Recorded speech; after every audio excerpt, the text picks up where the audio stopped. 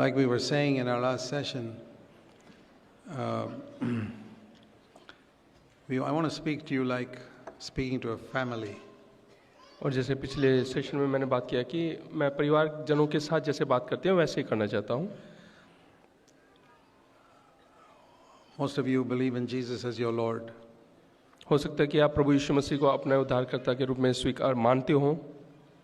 And any correction or rebuke, please accept it as not from a teacher but from a father. अगर जो कोई भी उसको सही करना चाहता है, कोई गलती को सुधार करना चाहता है, कभी वो एक शिक्षक नहीं लेकिन एक पिता ही करता है. That's how we seek to preach God's word in the church. और वैसा ही हम प्रचार भी जो है कलीसिया में करते हैं. So let's turn again to that passage we were looking at that will take place in that day.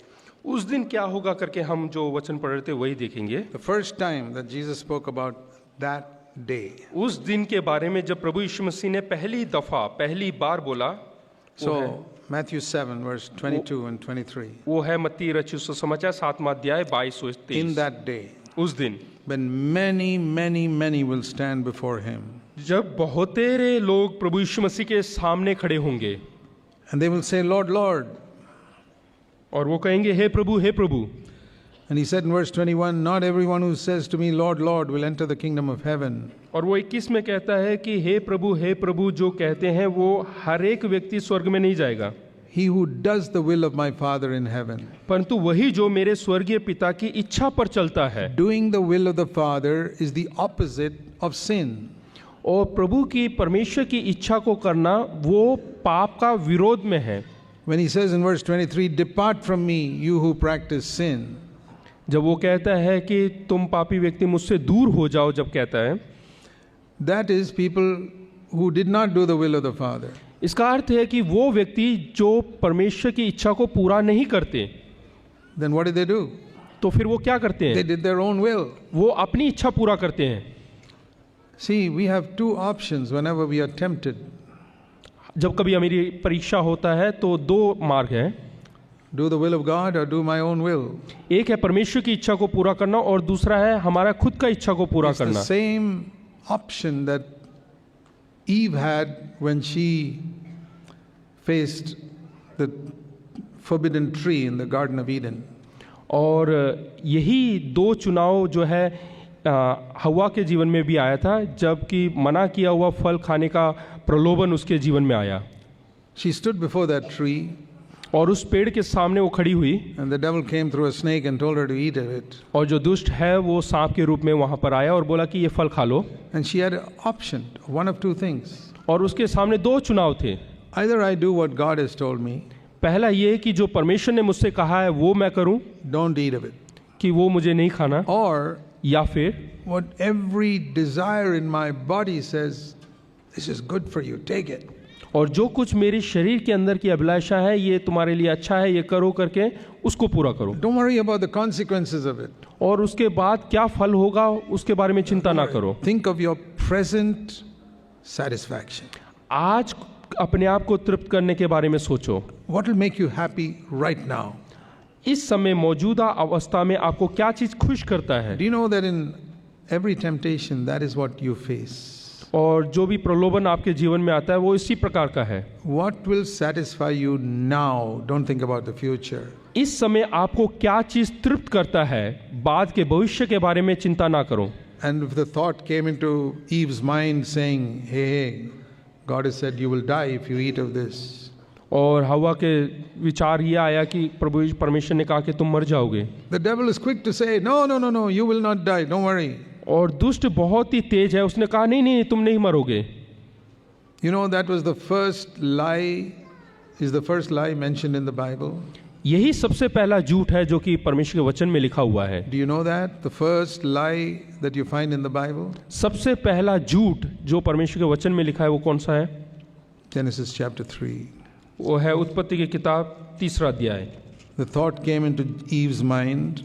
और यहाँ पे हवा के मन में विचार आया. Verse 3 में. Chapter 3 verse 3. 3रा अध्याय उसका 3रा वचन. God has said you will die. परमेश्वर ने कहा कि तुम मरोगे। As soon as that thought comes, जैसे ही वो विचार उसके मन में आया, devil says, "No, you will definitely not die." सर्प ने कहा नहीं, तुम निश्चय नहीं ना मरोगे।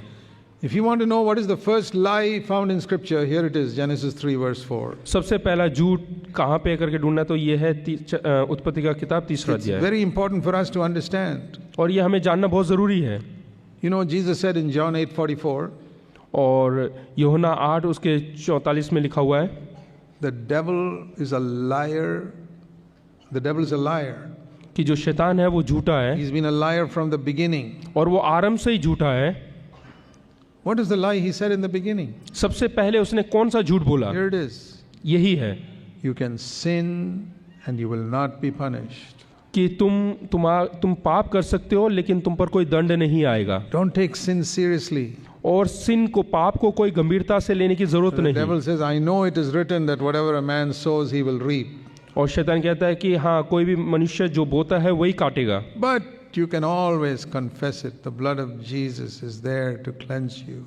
लेकिन आप हमेशा मुंह से ये बोल सकते हैं कि प्रभु यीशु मसीह का लहू है तुम्हें शुद्ध करने के You लिए। think it's only the Holy Spirit who talks about the blood of Christ? क्या आप लोगों को लगता है कि केवल पवित्र आत्मा ही प्रभु यीशु मसीह के लहू के बारे में बात करता है? The devil talks about it. और शैतान भी ये बात कहता I है, believe the devil talks about that to believers many times. और विश्वासियों के जीवन में ये शैतान कई बार कहता है। Not after they commit sin. पाप करने के बाद नहीं, No. नहीं, Before they commit sin. पाप करने से पहले। Before they commit sin, the devil says, "The blood of Jesus will cleanse you. Don't worry." और पाप करने से पहले शैतान उनको कहता है कि प्रभु यीशु मसीह का लहू तुम्हें शुद्ध करेगा। Whether it's a young person trying to cheat in an examination, चाहे जवान व्यक्ति हो जो कि परीक्षा में कोई नकल कर रहा हो, cheat and you can pass. नकल करो और आप पास हो जाएंगे। Then confess your sin, you'll be cleansed. और उसके बाद अपने पाप का प्रायश्चित कर देना और तुम शुद्ध हो जाओगे। Then you have passed an examination and also been cleansed. और उसके बाद तुम परीक्षा में पास हो जाओगे, फिर से तुम पवित्र हो जाओगे, And you won't die. तुम मरोगे नहीं। The first lie in Scripture. और सबसे पहला झूठ जो कि And परमेश्वर के कलाम में है, for 6,000 years, the devil's been telling even believers and unbelievers that lie. और 6000 साल से शैतान जो है यही कहता आ रहा है To all people, सब लोगों से, especially to believers nowadays, खास करके विश्वासियों से इन दिनों में, you won't suffer. कि तुम्हें कुछ नहीं There'll होगा, be no punishment. कोई दंड नहीं मिलेगा। You can watch that pornography on the internet. तुम जो है इंटरनेट में वो अश्लील चीजें देख सकते हो। It's okay. हाँ, ये चलता है। It's only 1 minute, 1 minute 2 minutes, 3 minutes. या फिर 2 मिनट या फिर 3 minute. I know you're bothered about it, और मैं जानता हूँ तुम्हें ये चिंता है, but don't worry. लेकिन उसकी चिंता मत करो। The blood of Jesus is there. यीशु मसीह का लहू है। Who's saying that? वो कौन कह रहा है? The devil. शैतान। Imagine the devil talking about the blood of Jesus. यहाँ पे सोचिएगा कि शैतान जो है प्रभु यीशु मसीह के लहू के बारे में बात कर रहा है। Before you commit that sin, आप उस पाप करने से पहले the blood of Jesus will cleanse you, so go ahead. यीशु का लहू आपको शुद्ध करेगा, इसलिए आप कर लो। And do you know how many believers there are in the world who listen to the devil and do that? क्या आप जानते हो कितने सारे विश्वासी हैं जो कि शैतान की बात सुनते हैं और करते हैं? It's the same, it's a part of that first lie. और ये पहले झूठ का हिस्सा है। Sin is not serious. और पाप जो है कोई गंभीर बात नहीं है। First lie in the Bible. पहला झूठ पवित्र कलाम Sin के is not अंदर, serious. और वो जो है वो यहाँ पे गंभीरता से नहीं ले रही। Doing God's will is not the most important thing. परमेश्वर की इच्छा करना कोई प्रमुख बात नहीं है। If you can enjoy something, forget about God's will. अगर जो आप किसी चीज से आनंद उठा सकते हैं तो परमेश्वर को भूल जाए Enjoy it.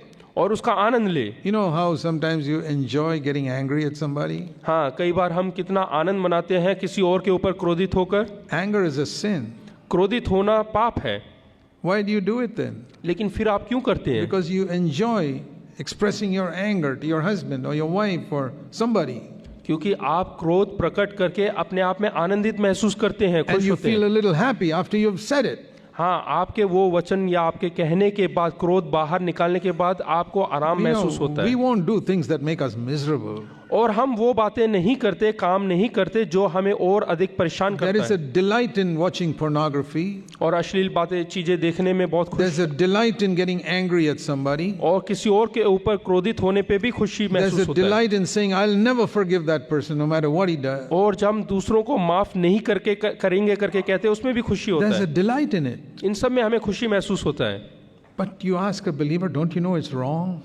अगर जो आप किसी विश्वासी से पूछेंगे कि क्या आप नहीं जानते ये गलत है, they know the verses. हाँ वो ये वचनों को जानते हैं Eve knew God had said, don't eat of that tree. और वो जानती है कि इस फल का वृक्ष नहीं खाना है। But that whisper of Satan, तो शैतान ने उसके मन में इस प्रकार से कहा it's not serious. कि ये कोई गंभीर बात नहीं, Just do it. Just do it. हाँ कर लो Afterwards, you can ask forgiveness. और उसके माफी मांग लेना। And the devil says, the blood of Jesus. Don't forget the blood of Jesus, the devil says. और शैतान कहता है कि कभी उस यीशु के लहू को ना भूलें। Am I telling you stories that you've never heard, that you've not experienced in your life? क्या मैं कोई ऐसी कहानी सुना रहा हूँ जो आपने कभी अनुभव नहीं किया? How do I know this? मैं किस प्रकार से जानता हूँ? I went that way myself. क्योंकि मैं भी उसी मार्ग से गुजरा हूँ। In the days when I did not fear God, जब मैं परमेश्वर का भय नहीं करता था, I think of my life more than 40 years ago, और 40 साल पहले, I was defeated. और मैं हारा हुआ Even था। though I was a believer. हालांकि मैं एक विश्वासी था, फिर भी एक पराजित व्यक्ति था। The only thing that saved me was one day I got fed up of my defeated life. और तब ये ऐसा हुआ कि जब मैं अपने पराजय से बिल्कुल परेशान हो चुका था, Not one day, but over a period of time, I got fed up with my defeated life. एक ऐसा समय आया जब मैं अपने पराजय से जो है एकदम परेशान हो चुका था। Have you got fed up of your defeated life? क्या आप अपने पराजित जीवन से परेशान हुए हैं? That's the way you can be ready for Christ's coming. और इसी प्रकार से हम प्रभु यीशु मसीह के आगमन के लिए तैयार हो सकते हैं।